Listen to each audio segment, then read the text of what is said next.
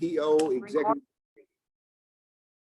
At this time, I will call the meeting to order and ask Leslie Phillips to do roll call.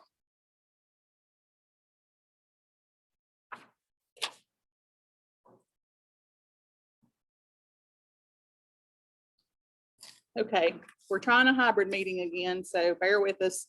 This is a first meeting in our new location, our new city hall. We're having an in-person meeting, but we are allowing remote access through Zoom so that our partners in Nashville or any of the general public that wants to join this way can. So if you have any problem with the audio, those that are attending online, if you have any problem hearing us, please put a message in the chat box and let us know, because we will be going back and forth between two computers. If you have a comment or a question, those of you online, please enter it in the chat box. We will have two opportunities for public comments. One here at the beginning of the agenda and one at the end of the agenda, which Paul will go over in a minute. And as Paul Montgomery said, he's our new executive board chairman by proxy of Mayor Schull. He actually came out to the farmer's market on the 17th. We had a booth set up with a consultant that's working on a East Center Street study for us. He came out and hung out with us for about an hour and a half that morning. And I overloaded him with information last week about the MPO and what we do and all of our documents. And, you know, I think he left with his head spinning a little bit, but. So joining us from, yeah, he showed up. So joining us remotely today on Zoom are Pam Cordenbrock. She's the administrator for the Federal Highway Tennessee Division, and Teresa Claxton. She's also with Federal Highway Tennessee. And then the attendees are Catherine McClung, Mitchell Elliott, and Jim Meyer. You'll remember Jim Meyer is our consultant for our long range plan. So with that said, I will turn it back over to, I gotta do the roll call. And because we have members attending, because we have people attending online, we will do vote and roll call or attendance by roll call. So Chairman Paul Montgomery. Here. Vice Chair Jimmy Adkins. Present. Blake Ayler. Present. Chase Milner. Present. Rhonda Sawyer. Present. Amber Torbett. Here. And we are missing a representative for Churchill, Mount Carmel, or Hawkins County, but we have 6 out of 7 members present. As Leslie mentioned a while ago, at this point, we'll have our comment section for those comments that you may have pertaining to the agenda item. And we later at the end, we'll have time if you have something of public nature you want to say. But at this time, we'll take 5 minutes for any public comment about the agenda items that we have. Seeing none, we'll move right to the approval of the minutes of our May 13th, 2021 meeting. We have a motion for approval of the minutes. So moved, Mr. Chairman. Is there a second? Second. It's moved in second that we have the approval of the minutes for the May 13th meeting. I will not vote since I was not here on May 13th, and I'll ask for roll call at this time. Leslie. Chairman Paul Montgomery is abstaining. Vice Chair Jimmy Adkins. Yes. Blake Ayler. Yes. Chase Milner. Yes. Rhonda Sawyer. Yes. Amber Torbett. Yes.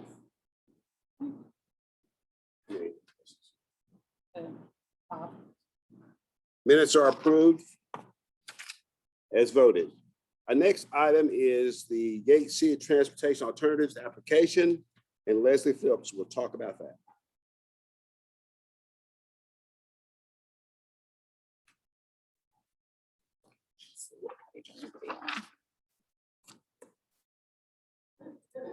We received an email a couple of weeks ago from a consultant that's working on a transportation alternatives application for the town of Gate City, Virginia. You all know transportation alternatives is primarily bicycle and pedestrian improvements. So what's showing up here is the drawing for the proposed improvements. The application is in pre-authorization by VDOT right now. And then as soon as they receive the pre-authorization, they will be moving forward with the application with the deadline of October 1st. So the application will require support from the MPO. So we've done a resolution of support. This is just showing the improvements. Right here is US 23 coming in, and it goes right past Gate City High School up Kane Street to Jackson. So there's a lot of existing sidewalks in this area, but they're adding some sidewalks, doing some pedestrian crossings, some pedestrian signals and stuff like that. So I do have a resolution of support if the board approves this for the chair to sign. And is there any questions about this one? Blake or Jimmy, do y'all have any additional? Speaking on behalf of the locality, it's a great project. That is Main Street A and Main Street B, if you will, for that locality. So Casey's got a lot of potential for Jackson and for Kane. So I'm absolutely thrilled about this project being applied.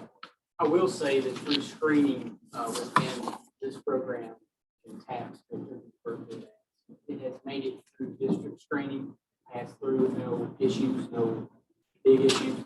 So it's in central offices handled this time. So Figure is the pre-screening, just making sure it meets the criteria for the TAP grant. Yeah.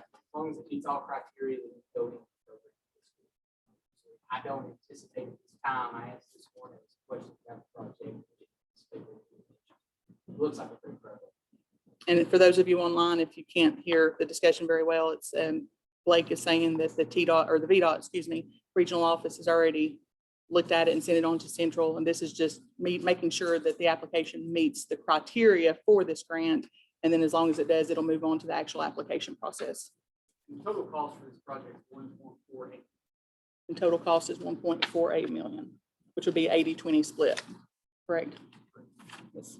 The only question I had about the total cost that needs to be adjusted in the resolution does say estimated 1.5. We still want to leave that. You could probably leave it at that. I wanted to modify it to be able to. I don't think that resolution of support is a checkbox to make sure that the regional entity has approved this project, that there are no issues with it, especially this. I think as long as it's a little higher, at least it's not lower. Yeah, so the You could resolution. break it out in the application, they break out. They show up like 1.489. 680. Mr. Chairman, it'd be my honor to approve the resolution for Gate City's TAP project. Is there a second? I'll second that motion. It's been moved in second that we approve the Gate City Transportation Alternative Application. Any question? At this time, we'll have a roll call. Chairman Paul Montgomery, Aye. Vice Chair Jimmy Adkins, Aye. Blake Ayler, Aye. Chase Milner, Aye.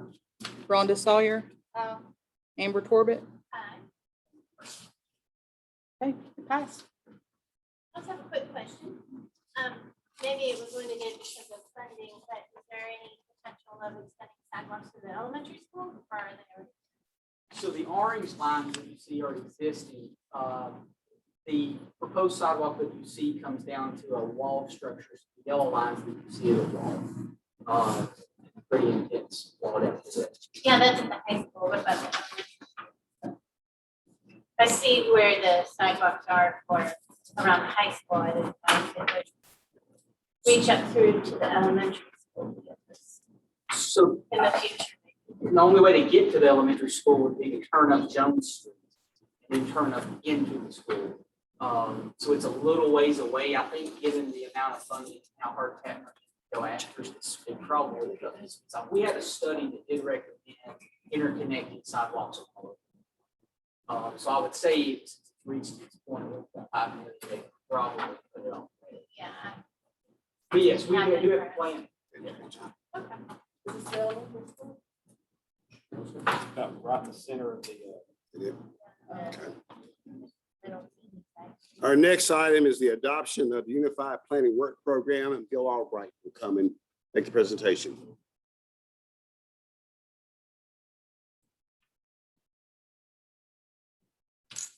Thank you. Good afternoon.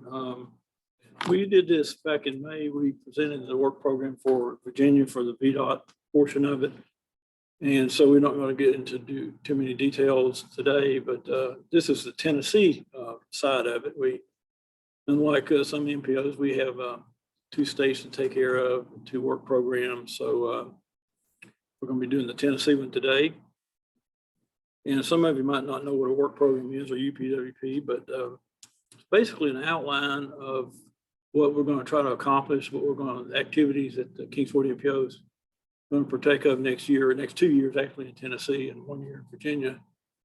But we're going to be describing it here in just a minute, what we're going to try to accomplish for the next 2 years. There's a budget, or actually several budgets in the document. You have that in front of you for each task, and there's 6 tasks. Excuse me. Change your screen. There's 6 tasks that we go by in the work program, and we've changed out just a little bit from what TDOT had asked us to do this year versus last year. This year we had administrative duties. We had travel data collection, maintenance, and analysis. We had air quality and congestion mitigation. And then we had the TIP program, which is Transportation Improvement Program. And for those that don't know what that is, it's our short-term planning document, basically projects that have moved up from the long-range plan into an implementation stage, we're at a funding stage. And that's what the TIP is. That's something that Leslie handles. That's where all the money goes to fund smaller projects, especially. We also have the multimodal planning, which is bike and ped. And then I think I may have got them all now. This next year, we're going to have a similar number of tasks, slightly different in title: program administration, travel data collection, maintenance, and analysis, short range planning. And instead of the TIP, we're going to have short range planning. So it's just a different name, basically the same thing. The long range planning process, multimodal planning, bike ped, transit. And then special studies, that's something that's a little bit different. We've not put that in there as a category before, special studies. But for example, the Center Street study that just started and I've been managing that here the last couple of weeks. That's a special study that would go in that category.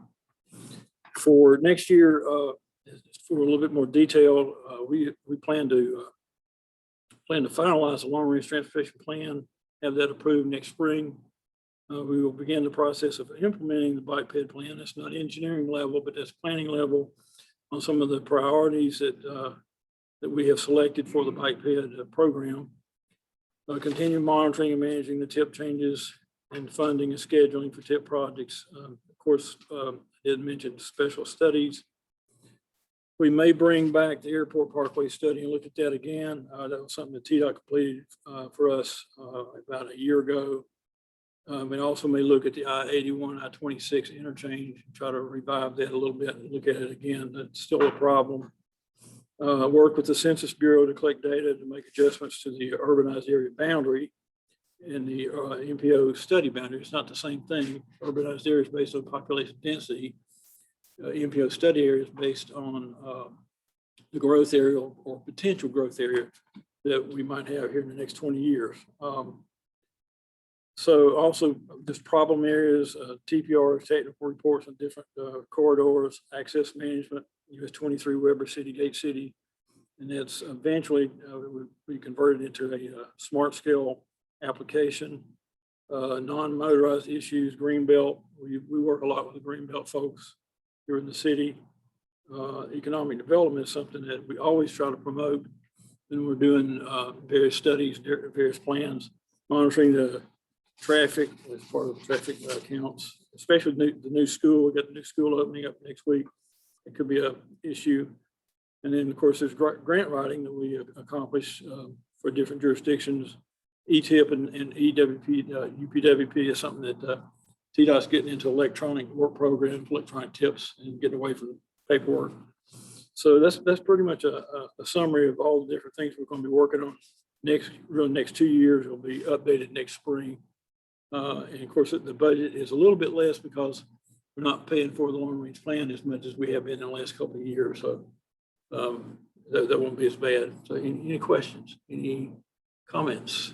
Try to make that quick.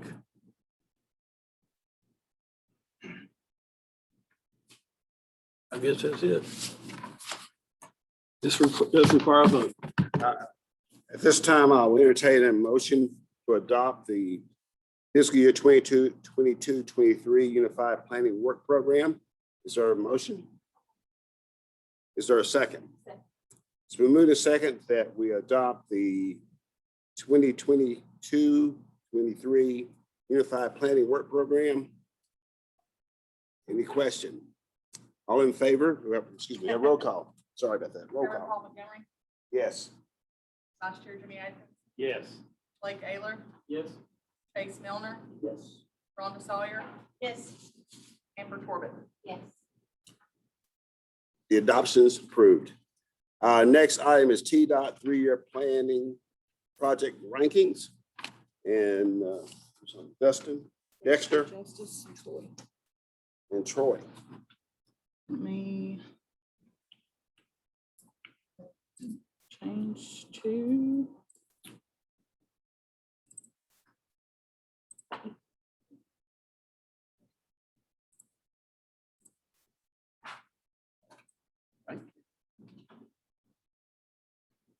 Thank you.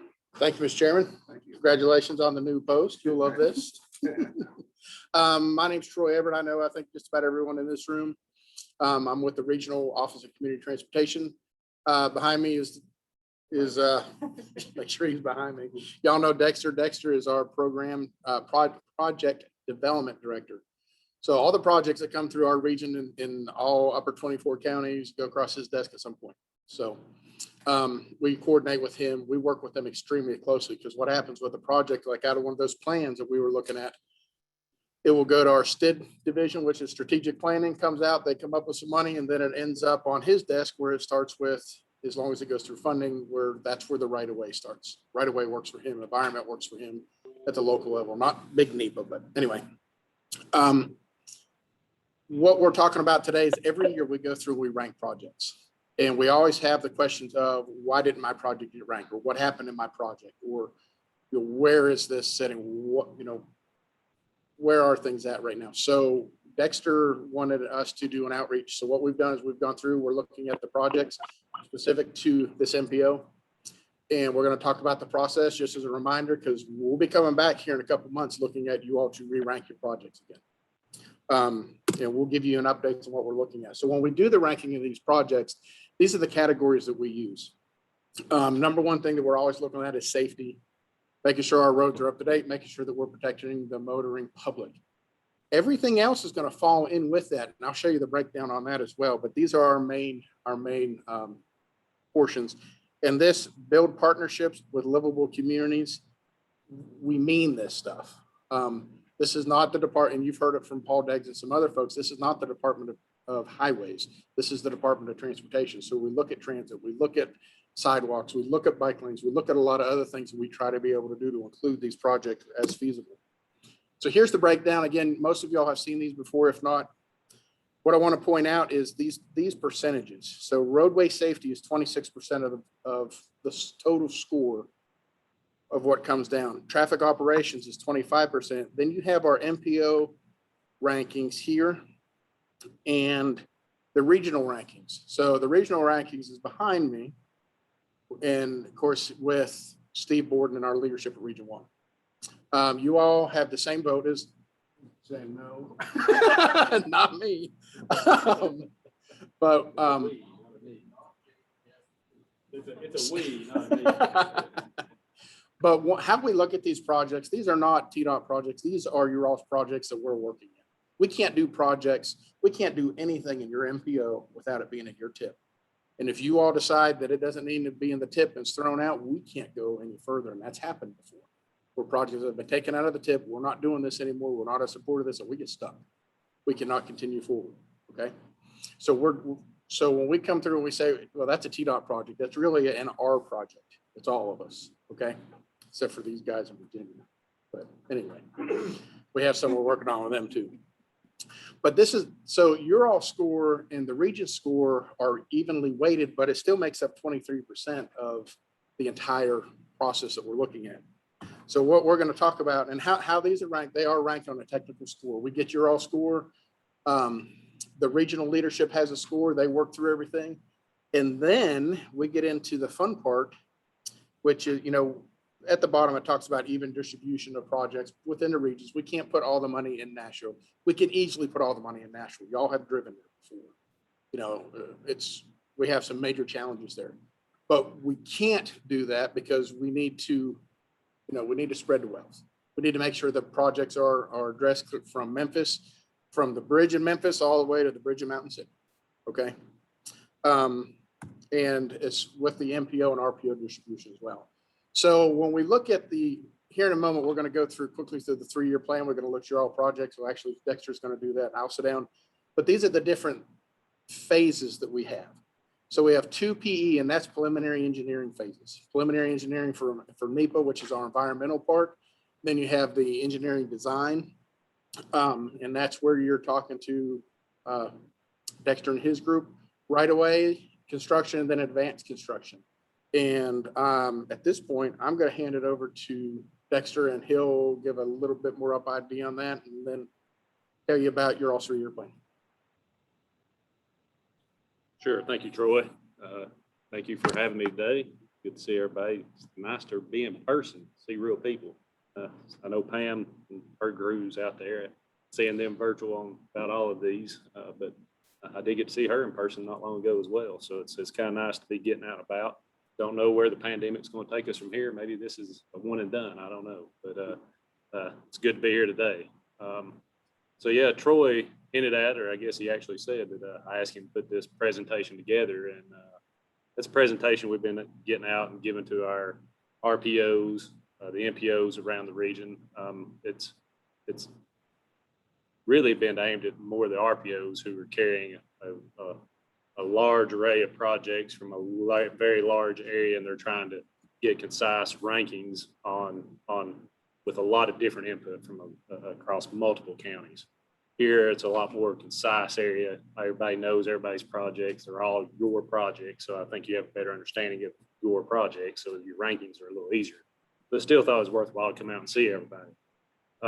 So I guess Troy real quick went through the different phases that we deliver projects.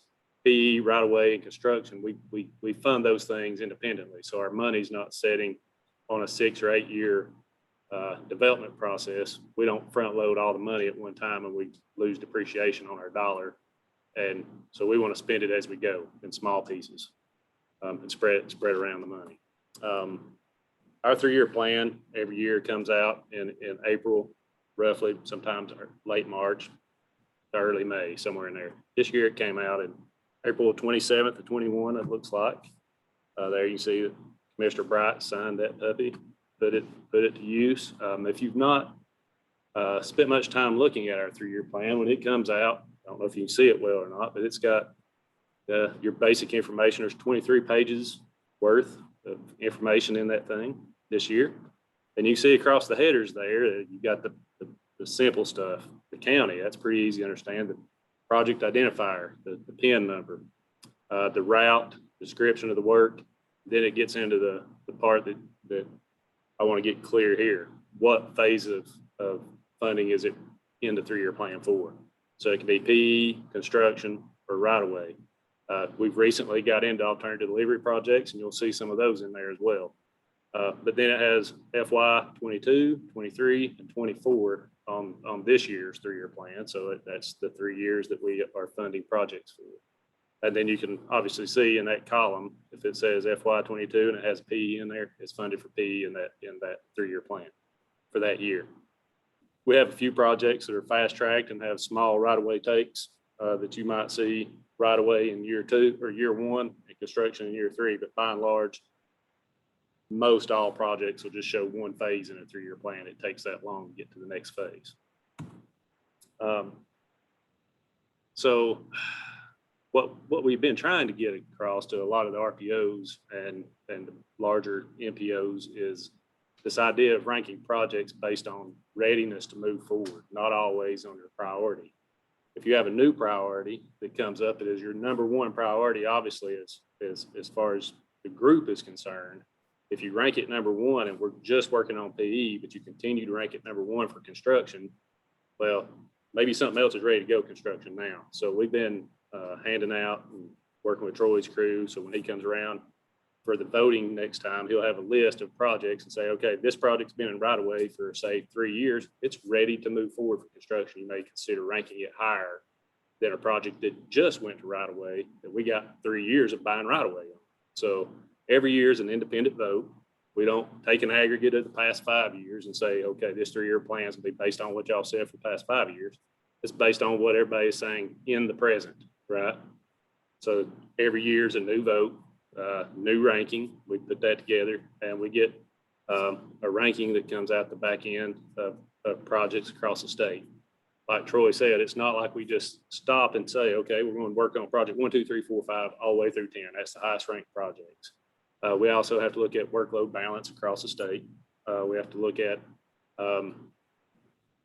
funding fit, how does it fit into the different funding categories that we have? So that is a tool we use, but it's not just a strictly, we're going to work on projects 1 through 10. Let me back up on this page again. So of the projects that were ranked last year, I guess this is last year's ranking. No, this is what we gave them, right, Troy? That's last year's ranking from the MPO and then. Right, they're not in order, but it shows the rank, yes. Yeah, okay. So in the middle there, you see your #1 ranked project, State Route 126. And it's not necessarily in ranked order, but it is ranked. Obviously, you look at the FY22 number and tell what your ranking order was. And what this shows on the left side here are what actually showed up in the 3-year plan based on the overall state rank and the analysis of all projects. So in year 1, we got State Route 93, the Washington Sullivan section of that corridor going to construction. So right now we're on good pace to let that thing in the December letting of this year. So it's the first letting in the federal fiscal year. I know one of the questions has been why maybe not our #1 project getting ranked or being in the 3-year plan. It goes back to funding and that conversation. That project's a $100 million project. Maybe it fits into next year's 3-year plan, but there's only so much room in our budget for $100 million projects. Its turn will come. We're committed to getting it. And like I say, maybe next year it falls in there. It just wasn't going to line up for a year 1. We're not that far along with right away, although we're making a lot of progress there. But maybe it lines up for year 3 of next year, or maybe we get a new glut of federal funding that comes through with the Infrastructure Act that's being considered right now in Washington. If those things happen, these bigger projects across the state can move up into reality. The second project was a smaller project. It fit into the budget constraints, right? So that's more the driver of why. I mean, it just wasn't ready for a year 1. And then when we're looking at the year 2 and 3, is the financial burden of that one project. We only have so much room for $100 million projects. We have some of those in Region 1. We've got an $80 million project in there. We have one $100 million project in there, but then we have a good balance of smaller projects in there as well. Let's see. So I guess these are some of the questions, right? I guess I just hit on that. Why are projects we expect to be ready and to proceed in the process? I think I just answered that question. Are NEPA documents time sensitive? So yes, NEPA documents are time sensitive in the sense that once we have a record of decision, we have a certain amount of time to move to the next major phase without doing a reevaluation. If we go beyond that date, say we're going from right away to construction, and we're being beyond the time frame, we have to do a construction reevaluation to see if new information is out there that impacts the record of decision, or if other needs that weren't identified in the original studies have come to fruition that we need to consider. So yes, NEPA documents are time sensitive. Third question, how do 3-year plan and project rankings fit into the STIP tip? I think Troy hit on that a little bit just a few minutes ago. You have more to add to that one? You all see tip amendments consistently. We have to work with those all the time. And these are best guesses on where things can be by our programming and Brian Hurst group. So what will happen on that? If this doesn't make the 23 timeline, we'll come back with a tip amendment into your all's tip. Hopefully you all approve it, that we can move that project forward, probably in 24, move that money around. Just so you all are aware of how that project would work. So the money's there, it's saved, but it can be adjusted around as it needs to be sometimes. Thank you. So would you say the first year of the 3-year plan is more, it's more set in stone? So, yeah, so the question is, We do it every year. yeah, so it's redone every year. Year one of the 3-year plan is stuff that is funded. We don't have to go back and ask for it. You don't have to vote on it again. If it doesn't make that federal fiscal year, if it gets delayed for some reason, it's still in our process to have funding. So if, let's say we're going to construction in FY 22, the last letting for, or FY 20, we're in the last letting of that in the October letting right now. Let's say I don't make that for whatever reason, maybe a permit's late coming in or whatever. I don't have to have it re-ranked. It's already been budgeted. It just carries over into the next year and we let it. So it's not it doesn't go through the ranking process again. But anything in year 2 and 3 has to be re-ranked for priority. So the only thing set in stone is year 1. Years 2, 3, and beyond are up for negotiation year to year. Or not negotiation, but up for consideration year to year. Anybody got any other questions? Can you address the, where you would see all 3 projects under the same, or the single project under the same phase being a right-of-way construction and PE at the same time, like a bridge? Sure. So I don't think we had it in here. We didn't put it in on that one. So if you go through the 3-year plan, it's 23 pages long. The first part of the plan shows stuff that we call legislative projects where they go phase to phase. If we have a bridge project identified in the 3-year plan, and you'll see some of those toward the bottom of the plan if you go look at it, that it shows PE, right-of-way, and construction funding all in one whack. So we don't have to come back and ask for it to be re-ranked. A bridge replacement job, I think you can agree, if we've come to the time that it's time to be replaced, we don't have time to wait on it. It's been identified as an issue, so we fund the whole thing right then, and we just go from step to step, and we don't have to come back and ask for it to be identified in a plan. So those types of projects, small safety projects, they're not huge dollar amounts, they'll show up in there as well. So you can see that it's a little different looking in the 3-year plan. It's obviously separated. You'll go through all the legislative projects that we do phase by phase, and you'll get into those and you'll see them at the bottom. Pushed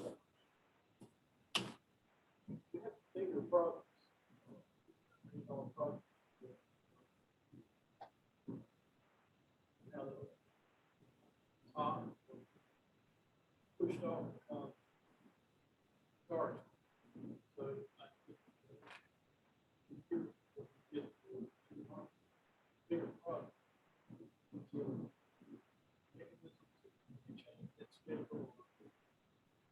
So So so one of the things that we do from time to time, $100 million plus projects, like I say, that just don't fit in our budget really well. We look at those sometimes and say, okay, is there a logical break where we can turn this project into 2 projects, where we can look, say, turn a project into 2 $50 million or 1 $70 million and 1 $30 million project, to where we can get them moving faster. We do look at that. 126 is a prime example of that. It's one that we have looked at, and there is a logical termini there. So we keep that there. It's something we do consider from time to time. Pellissippi Parkway could do that. I mean, we got a whole bunch of projects that maybe they're bigger and there's a logical termini in the middle there somewhere where we could split that. Yep. So we look at those kinds of things. Let's see. We are working diligently on some of these projects. We want to be ready in case extra money comes our way. We are working on projects to get them where, if that money were to come, they would be ready to move forward at a higher pace. This, as far as a high dollar project goes, this 126 project is one that we have high on our radar. We've got probably 3 or 4 around the region that we have. I mean, there's a lot of those on our list, but not all of them have we started right away. This is one that we have right away, good chunk of it complete. We can anticipate it being done right away wise in another year or so. So it's on our radar as one that if this money were to come available, it's one that we would definitely be considering to absorb that dollar.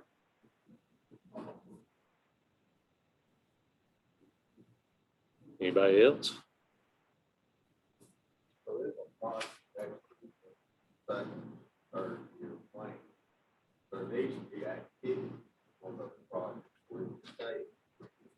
Absolutely, yeah. So it's like 126. It's not in a 3-year. Yeah. So the question was, if a project shows up in year 2 or year 3 of the 3-year plan, there needs to be activity or work being done on that project to make it successful for year 1. Did I quote that right?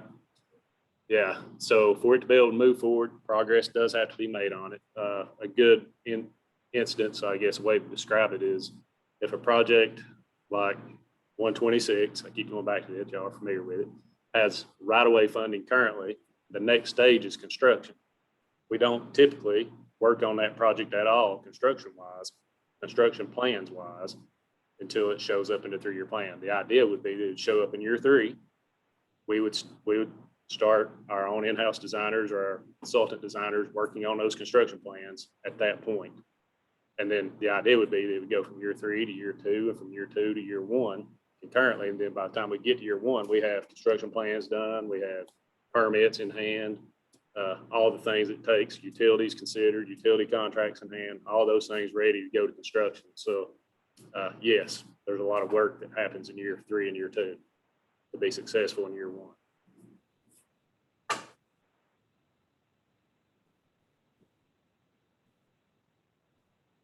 Anybody else? Yeah.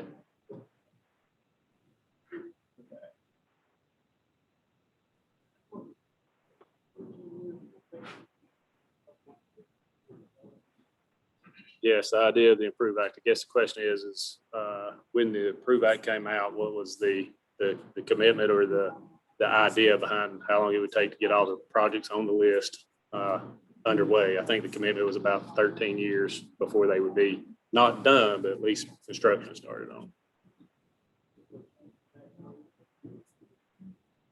I'd hate to speculate on what the legislature will do. Yeah. One thing to address that, so everybody knows, before we had we had the spot map. Okay, and that was all the legislative projects that we had. Now we have iTrip, walking up the step. iTrip, and if you Google TDOT iTrip, it takes you to an interactive project that looks at not only the legislative projects, but it's all the projects across the state.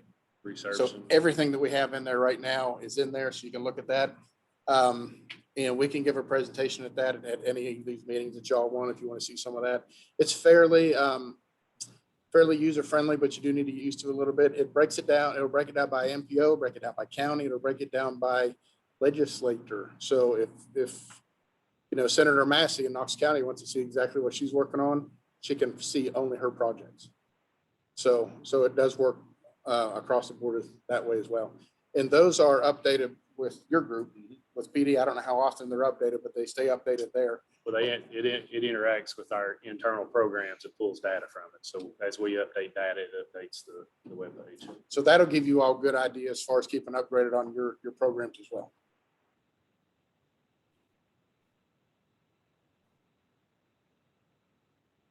Anybody else? Thank you. Thank you. Thanks to Dexter and Troy. Our next item is a federal partnership update. Leslie's going to come and make the presentation.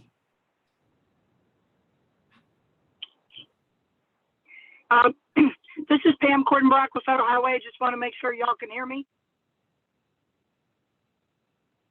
Hello? Mine's muted. No, it's not. Sorry. Can y'all hear me? I'm calling in on the phone. Okay, Teresa, we're set up now. You can go ahead. Okay, Turn it- Pam's on the phone. Can y'all hear her? Calling in. She was trying to speak. Yes, I'm calling in on the phone. Can y'all not hear me? We can. Speakers. Okay, wonderful. So Speakers. I had to switch to my phone. I apologize. But I just wanted to say to Mr. Chairman, members of the board, first of all, thank you for having us.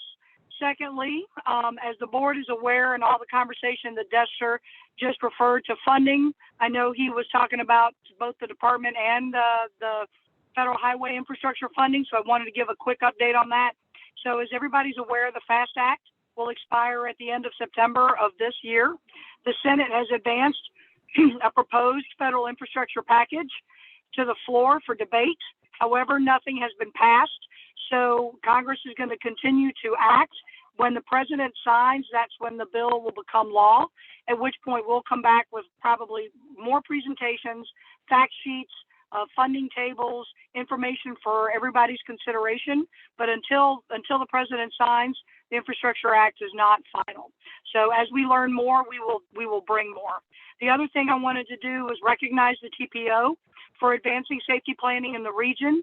The TPO staff recently participated in a technical assistance call with the division and Volpe Center, which has led to a local road safety plan for the entire MTPO region. And we look forward working with y'all. And we just want to thank you for your leadership and your participation to help us improve the safety program in Tennessee. And also the fact that I'm able to, that Teresa and I are able to participate remotely, we appreciate that as well. Any questions? Don't see any, Pam. I appreciate it. Of course. Thank y'all so much and appreciate it.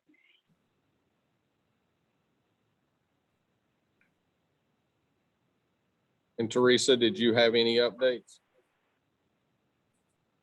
No, I just echo Pam's comments and also just give an appreciation. The TPO staff did an excellent job with the UPWP development, and they addressed the federal comments in a really timely and thorough manner. So appreciate your efforts.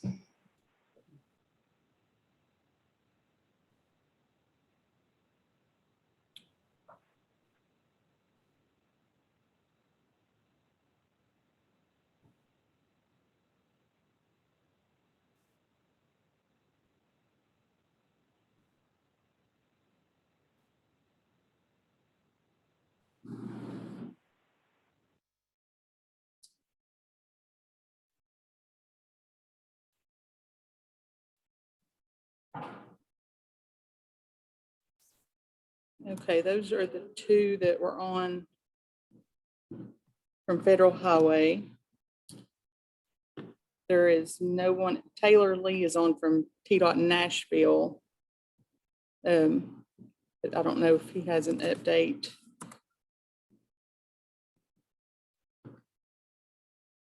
Taylor, if you can put it in the chat box, if you have any updates. If you do, then Michael will have to promote you to panelist for you to be able to speak.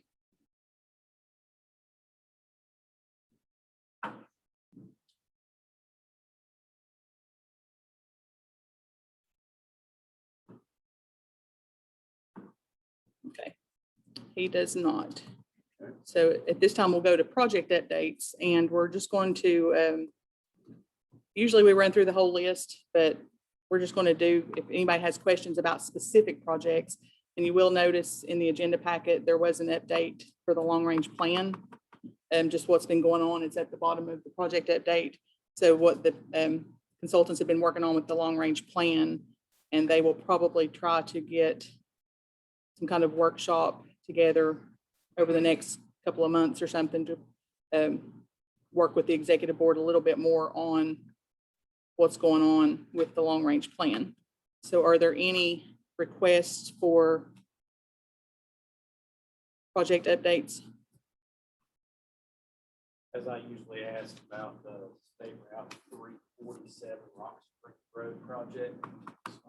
Coworker, what's going on in your house? All right. We're working towards our preliminary field review, shooting for September 21 maybe early October. Right now, it's scheduled. We're looking at late September 21 preliminary field review. And a design meeting probably early in 2022, public design meeting. Thank you. Leslie, I'll say with US 23 access management, that can be moved recently completed as that project. Oh. That's exciting.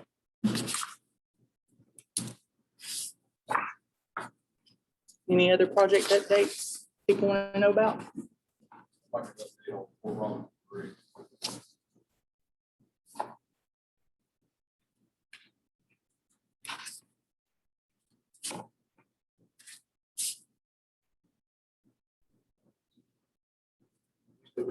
Yeah, moving it around. Right now, we have it in a third quarter of next year, letting. Should go to right away this summer. There's enough right away plans right now. I think we have some consensus between us and our structure division about retaining walls. We've been going through that process with them, and limiting right away impact. So I think we're getting good traction in that realm. So we, like I say, we should be going to right away this summer. What kind of structure? For sure. No, that was one of the questions that the city had. What type of structure? It's a bridge. I think it's a single thing.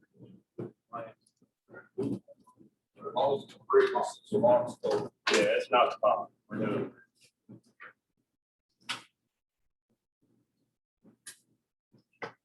Anything else?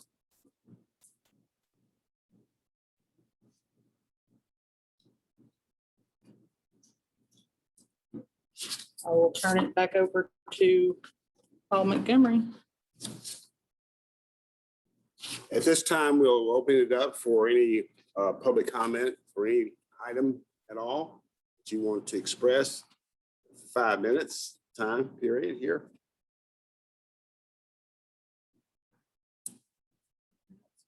Say something I don't want you to.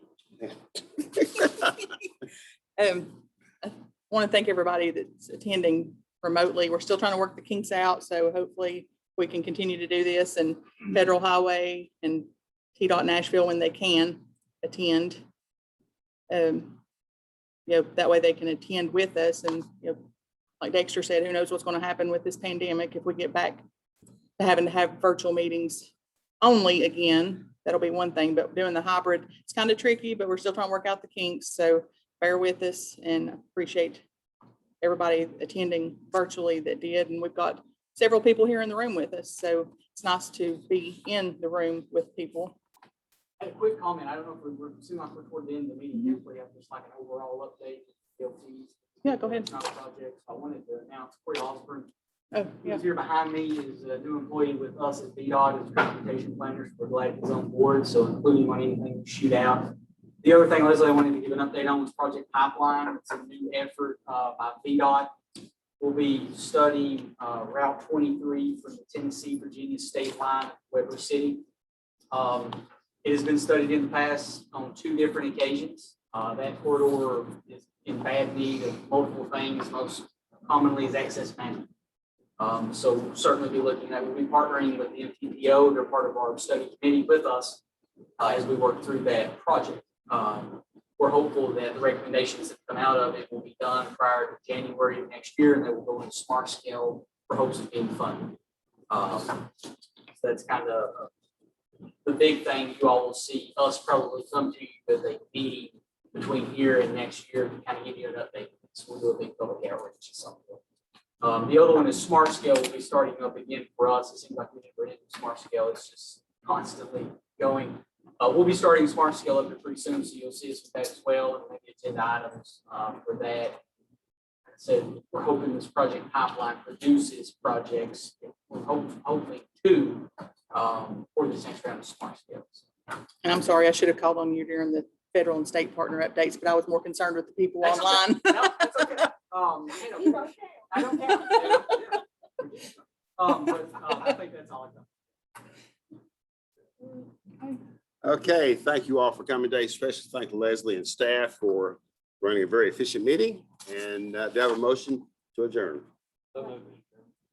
Move this second that we adjourn. All in favor, say aye. Aye. Have a good afternoon, folks, ladies.